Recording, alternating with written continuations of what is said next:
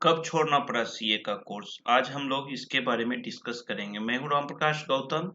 और एक चीज आप लोगों को याद रखना कि जितनी कठिन चीज को आप पाते हो, आपकी वैल्यू उतनी बढ़ती है।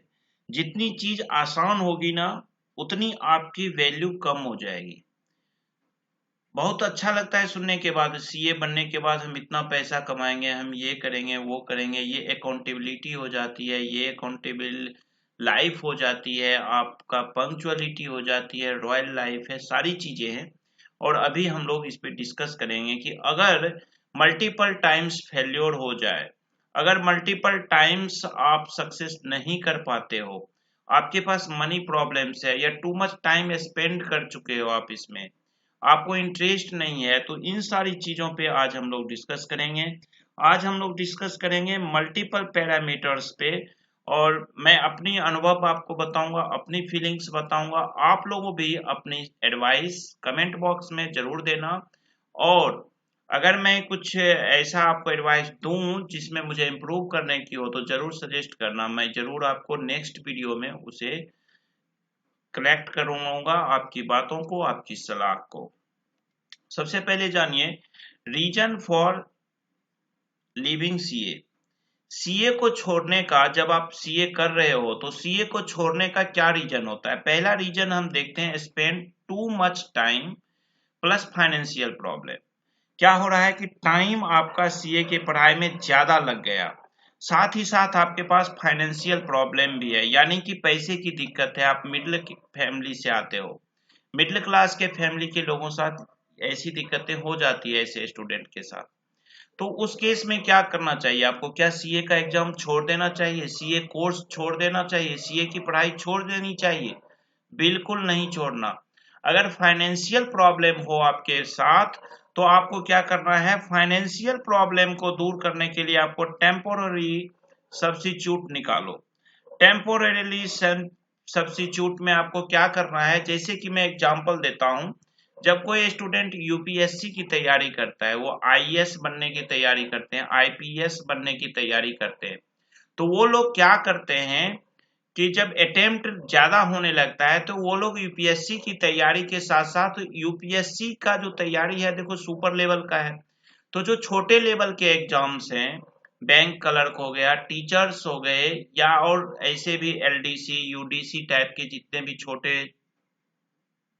कंपटीशंस हैं, जिसमें अलग से उन्हें पढ़ने की जरूरत नहीं पड़ती हो, यूपीएससी के पढ़ाई में ही वो सारी चीजें कवर हो जाए, तो ऐसे एग्जाम दे करके वो पास कर लेते हैं। या फिर स्टेट कमीशन का एग्जाम दे करके भी वो आपको स्टेट ऑफिसर्स बन जाते हैं, और अपने लगन को लगाए रहते हैं, मेहनत करते रहते हैं, और अपने एम को प्राप्त कर लेते हैं। जैसा कि आप लोग सुनते होंगे ना, यूपीएससी का रिजल्ट आता है कि डॉक्टर एक्स वाई जेड बन गए आईएएस, टीचर थी और वो बन गई फलाना, जो है सो टीचर थी और वो बन गई आपको आईपीएस, या आईआरएस बन गए। तो ये सारी चीजें क्या होता है, कब आपको सुनने को मिलता है। आप क्या करना है कि अगर आपको फाइनेंशियल प्रॉब्लम है, तो आपको इस तरह की जॉब सर्च करनी है जो हमारे सीए से रिलेटेड हो।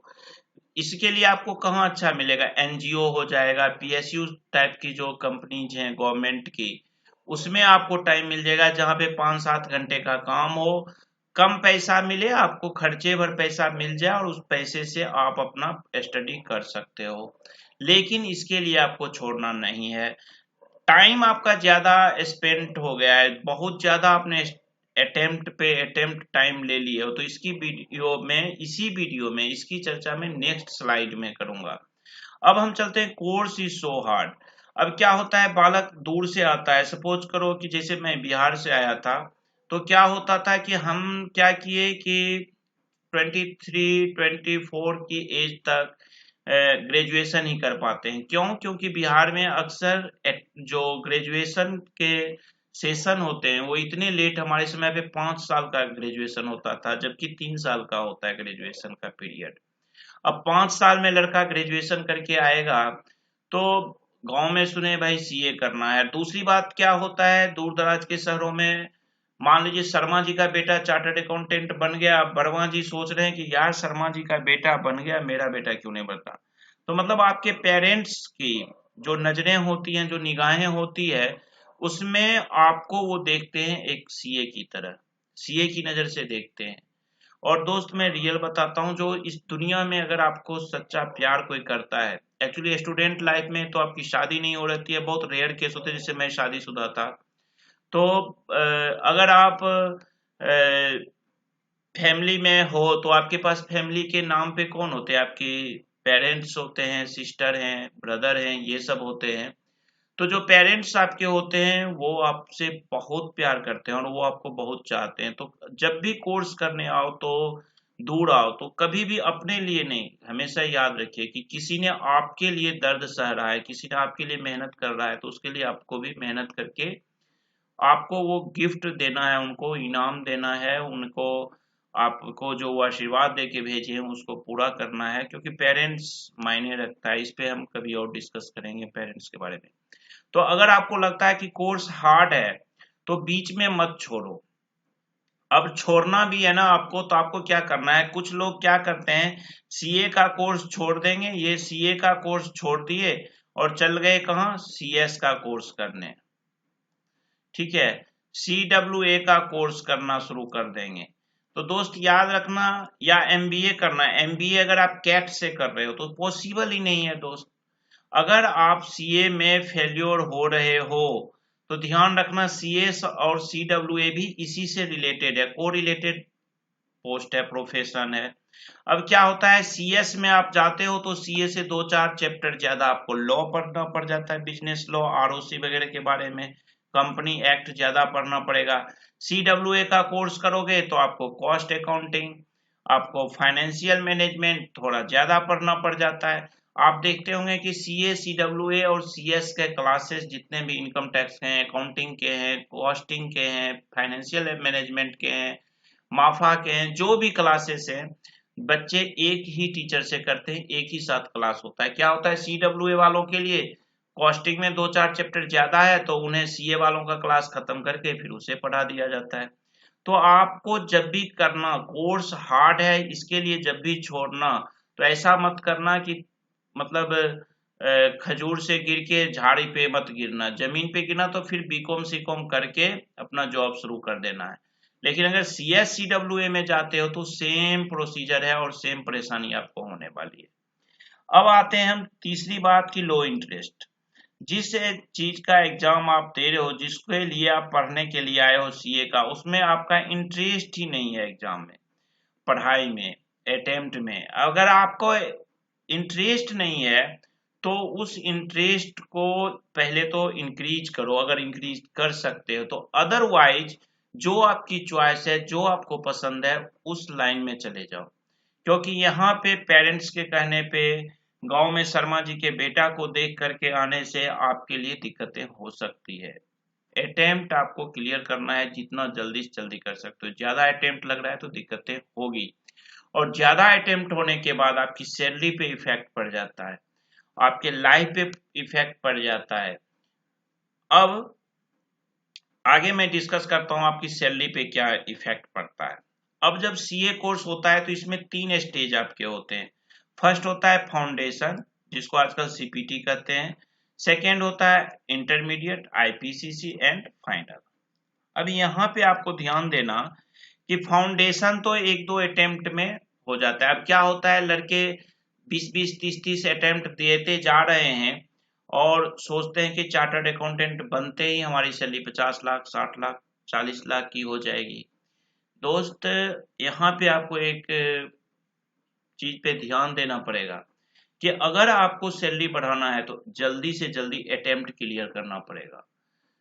20 अटेम्प्ट में, 25 अटेम्प्ट में अगर आप पास भी कर जाते हो तो आपकी सैलरी पे कोई इफेक्ट नहीं पड़ने वाला है। आप जो सोचते हो सीए, वो सीए आप नहीं बन पाओगे।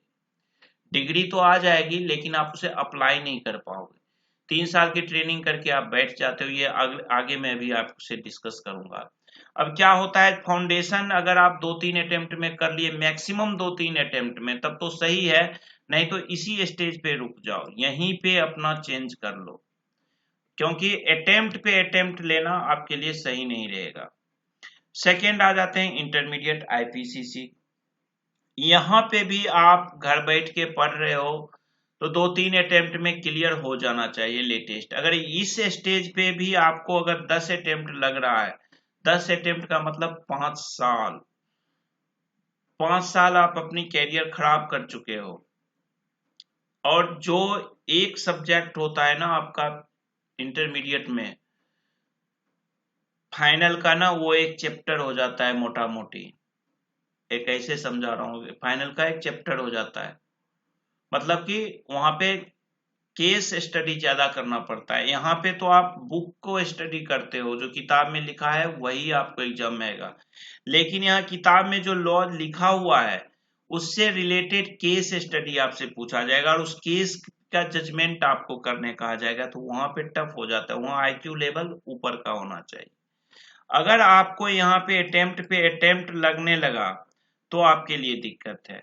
अब जब आप ट्रेनिंग में जाते हो तो आपके ऊपर, आपके जेब पे क्या असर पड़ता है। अगर आप इंटरमीडिएट करके जल्दी से कम अटेम्प्ट में पास करके, नॉर्मली 2,000 रुपए का आपको आर्टिकलशिप में स्टाइपेंड मिलता है, यानी 24,000।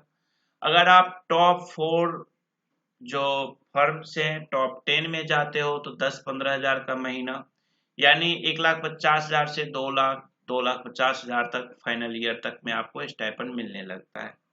लेकिन अगर फाइनल करने के बाद अगर आपका अटेम्प्ट 10 अटेम्प्ट 15 अटेम्प्ट में फाइनल कर रहे हो तो आपकी एक तो एज बढ़ जाती है। और आप सोचो अगर 15 अटेम्प्ट में आप पास करते हो और एक लड़का एंट्री करता है और मात्र 5 साल में वो लड़का, ओनली 5 इयर्स में वो लड़का कंप्लीट सीए बन जाता है, तो एक एम्प्लॉयर ज्यादा पैसा किसको देगा? 5 साल में जिसने पास किया वही ना। और अगर कहीं लड़के ने रैंक ले आया तो कैंपस सिलेक्शन होके वो बड़ी बड़ी कंपनियों में चला जाएगा, जहां 50 लाख, 60 लाख, 40 लाख, 30 लाख के उसका पैकेज हो जाएगा।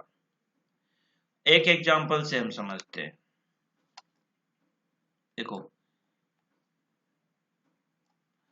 अब सपोज करो यहां तक का आर्टिकलशिप है आपका। एक मान लो ये फर्स्ट ईयर हो गया, यहाँ पे आपको फर्स्ट ईयर के साथ साथ फर्स्ट अटेम्प्ट, इसको हम मान लेते हैं अपना। एक बार मैं फिर से एग्जांपल इसको लेता हूं।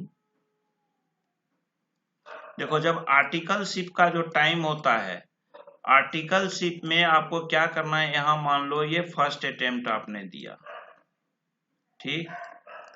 फिर यहाँ आके आपने सेकेंड अटेम्प्ट दिया, ये आपने थर्ड अटेम्प्ट दिया, यहाँ आपने 4 अटेम्प्ट दिया, यहाँ आपने 5 अटेम्प्ट दिया, और इस तरह आप अटेम्प्ट पे अटेम्प्ट, अटेम्प्ट पे अटेम्प्ट, अटेम्प्ट पे अटेम्प्ट देते देते 10 अटेम्प्ट दे दिया। अब समझना, जब ये आर्टिकलशिप के पीरियड में आप फर्स्ट अटेम्प्ट देते हो तो आपका होता है 2.5 इयर्स ट्रेनिंग का। आर्टिकलशिप का 2.5 इयर्स जब हो जाता है तो आप फर्स्ट अटेम्प्ट के लिए एलिजिबल हो जाते हो। आपके पास बचा कितना? 6 मंथ का समय, ठीक है। अब आपको देखना यह है कि जब फर्स्ट अटेम्प्ट का आप एग्जाम देते हैं तो आपके पास नई पुस्तकें होती हैं, नई बुक्स हैं। नई बुक्स होते हैं तो पढ़ने का जज्बा कुछ अलग होता है, आप हर एक सब्जेक्ट को इंटरेस्ट के साथ पढ़ते हो। साथ साथ आपको ट्रेनिंग का भी खुद को एक्सपोज करना पड़ता है कि ताकि आप आगे सीए बनने के बाद आप इस ट्रेनिंग में जो काम सीखते हो उसका यूज कर पाओ। अब क्या होता है, 2.5 साल के बाद आप फर्स्ट अटेम्प्ट देने के लिए एलिजिबल हो गए और बाय दी वे आप इसको क्रॉस कर गए, यानी कि ये आपको पास नहीं कर पाए। अब 6 महीने का ट्रेनिंग और है, ट्रेनिंग चल रही है, और अब आप दे दो सेकेंड अटेम्प्ट। अब सेकेंड अटेम्प्ट में आपको क्या करना है, हो सकता है फर्स्ट अटेम्प्ट में कुछ कवर आपने नहीं किया, कुछ बच गया, उसे सेकेंड अटेम्प्ट में आपने कवर कर लिया, साथ ही साथ अमेंडमेंट्स आपने पढ़ लिया, और हो सकता है ये आपने फिर गया क्रॉस कर नहीं किया। अब बचा आपका थर्ड अटेम्प्ट। ध्यान से आप समझिएगा, 2.5 इयर्स एंड 6 मंथ्स, आपका 3 इयर्स का ट्रेनिंग खत्म 2 अटेम्प्ट में। तीसरे अटेम्प्ट का जो 6 महीने का टाइम है, 5 महीने का टाइम है, वो आप अपने घर में बैठे हुए हो। आपके पास टाइम है कि आप इस पूरे टाइम को यूटिलाइज करो और थर्ड अटेम्प्ट दे दो। थर्ड अटेम्प्ट में आपको किसी कीमत पे मेरे दोस्त, मेरे भाई, मेरे यार, अपनी फीलिंग्स बता रहा हूं, आपको पास करना पड़ेगा। इस थर्ड अटेम्प्ट को अगर आप पास कर जाते हो, क्योंकि आप घर में ही तो बैठे हो, बुक्स को पढ़ना है, अमेंडमेंट्स पढ़ना है, तब तो आपके लिए बल्ले बल्ले है। और अगर नहीं किए पास तो आपके लिए बहुत दिक्कत है। चौथे अटेम्प्ट्स में आने के बाद आपको मैं बताता हूं, आपका जो इंटरेस्ट है उन बुक्स को पढ़ने के, वो ऑटोमेटिकली डाउन होते चला जाएगा, आपको मजा ही नहीं आएगा। और आप क्या सोचते हो, यार इस अटेम्प्ट को पढ़ लेते हैं, इस अटेम्प्ट को पढ़ लेते हैं, पैसा कमाने का क्या है, एक बार सीए बन गए तो बहुत पैसा कमाएंगे, मेहनत कर लेते, पास कर जाते, फिर काम करेंगे। ये एक गलत फहमी है, ये भूल है। क्योंकि जब आप 40-45 साल की एज तक में अगर आप अटेम्प्ट पे अटेम्प्ट दे रहे हो और अटेम्प्ट क्लियर नहीं होता है, और 40-45 की एज में आपका अटेम्प्ट क्लियर हो जाता है, और वहां एक 21 साल, 22 साल का, 24 साल का, 25 साल का लड़का 5 साल में फुल अटेम्प्ट करके बिना फेल किए, फर्स्ट अटेम्प्ट में 5 साल में एक लड़का आता है चार्टर्ड अकाउंटेंट बन के, और आप 45 साल की एज में पहुंचते हो सीए बन के, और आपने अटेम्प्ट पे अटेम्प्ट दिया, काम किया ही नहीं, आपको काम की जानकारी नहीं है, तो आप खुद सोचना आपकी सैलरी क्या होगी। और उस 5 साल में फर्स्ट अटेम्प्ट में सारे ग्रुप क्लियर करके सीए बने हुए 3 साल के आर्टिकलशिप वाले को क्या हो। निश्चित है कि उस लड़के को हो सकता है 40 लाख का भी पैकेज मिल जाए, हो सकता है 60 लाख का भी पैकेज मिल जाए, लेकिन आपको कितने की मिलेगी, आपको 5 लाख, मैक्सिमम 7 लाख। क्योंकि एक तो आपने 3 साल के बाद जो ये सेकेंड अटेम्प्ट पे आपने जो 3 साल का ट्रेनिंग खत्म किया, और 10वें अटेम्प्ट यानी कि 8 अटेम्प्ट यानी 4 साल आपने कुछ किया ही नहीं है, सब कुछ अटेम्प्ट चेंज हो चुका है, अमेंडमेंट हो चुका है लॉ में, आपको नॉलेज ही नहीं है, तो सीए बन के भी आप पैसा नहीं कमा पाओगे। और ये लड़का ले सकता है अगर रैंक होल्डर हो गया तो। नहीं भी रैंक होल्डर हुआ तो 12 लाख, 15 लाख, 20 लाख को तो कोई नहीं रोक सकता है इस लड़के को, यहाँ ये पैसा सैलरी ले सकता है।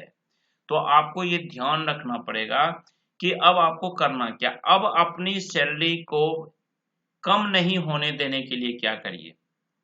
3-4 अटेम्प्ट के बाद आप हिम्मत करिए और घर से निकलिए, जॉब करना शुरू करिए, उसी फील्ड में करिए जिस फील्ड में आप सीए कर रहे हैं, जिस फील्ड की आप पढ़ाई कर रहे हैं, सीए की पढ़ाई कर रहे हैं, उसी फील्ड से रिलेटेड, यानी किसी सीए फर्म में चले जाइए, किसी एनजीओ को, किसी पीएसयू को ज्वाइन कर लीजिए। इससे क्या होगा कि जो आप आईटीआर है, जीएसटी है, इनकम टैक्स है, इससे रिलेटेड वर्क भी करिएगा, मन भी हल्का हो जाएगा, और आप काम सीखते जाइएगा, और सीए बनने के बाद भी वही काम करना है, थोड़ा आपको बड़े लेवल का करना होगा, उसको जो आप पढ़े हो उसको अप्लाई करना पड़ेगा। तो इस केस में अगर आप पढ़ाई करते जाते हो और पढ़ाई के साथ साथ आप जॉब भी कर रहे हो, तो आपके साथ क्या प्लस पॉइंट है। सपोज करिए 5 साल का एक लड़का आता है, एक सीए, मात्र 5 साल में सीए बन करके फर्स्ट अटेम्प्ट सब में, और उसके पास कितना है, 6 महीना और 2.5 साल का, 3 साल का सिर्फ एक्सपीरियंस है, किस चीज का भाई, आर्टिकलशिप का।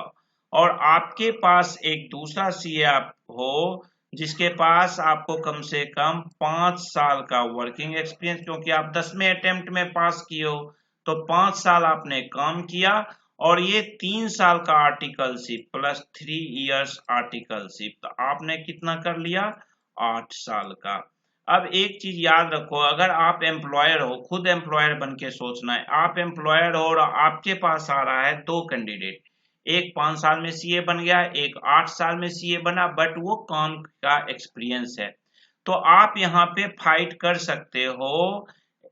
जो 8 साल में एम्प्लॉयर पास किया है सीए, वो बंदा फाइट कर सकता है कि सर भले ये 5 साल में बन चुका है, लेकिन इसके पास 3 साल का ही एक्सपीरियंस है आर्टिकलशिप का, मेरे पास आपको 8 साल का एक्सपीरियंस है, तो तो अगर आप इस लड़के को 12 लाख का पैकेज दे रहे हो 12 lakhs का, तो कम से कम आपको 9 से 10 लाख का पैकेज तो मिल सकता है, ना कुछ तो 9-10 लाख का पैकेज दे देगा, क्योंकि अटेम्प्ट ज्यादा है इसलिए थोड़ा बहुत कम होगा।